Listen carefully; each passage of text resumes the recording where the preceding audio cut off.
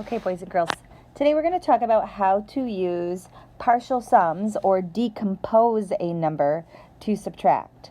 So first thing I'm going to do is I wrote out my equation. Then I'm going to write my equation out again, except this time I'm only going to look at the number of hundreds I have in my second number. So I see that I have 100.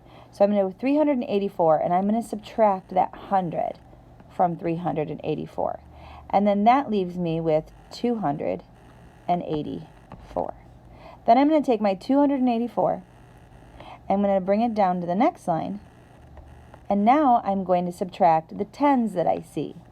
So I have 284, and I'm going to subtract 2 tens, which is 20, and that's going to leave me with 264.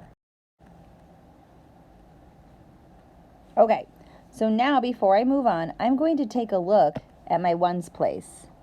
So my ones place in the number that I have left is 8. My ones place in the number that I have just subtracted is 4. Well, I know that I can't take 8 away from 4 ones because I won't have enough. So what I'm going to do is I'm going to take my 8 and I'm going to break it down. So I have 264 minus 8. But I'm going to take this 8 and I'm going to break it down into 2 4s because I know that 4 plus 4 makes 8.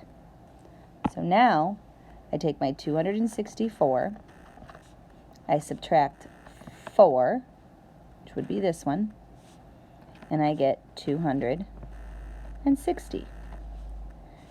Then I take my 260 and I subtract the other 4 that made the 8, and I can count back from 260, and I get 259, 258, 257, and 256, and my answer is 256.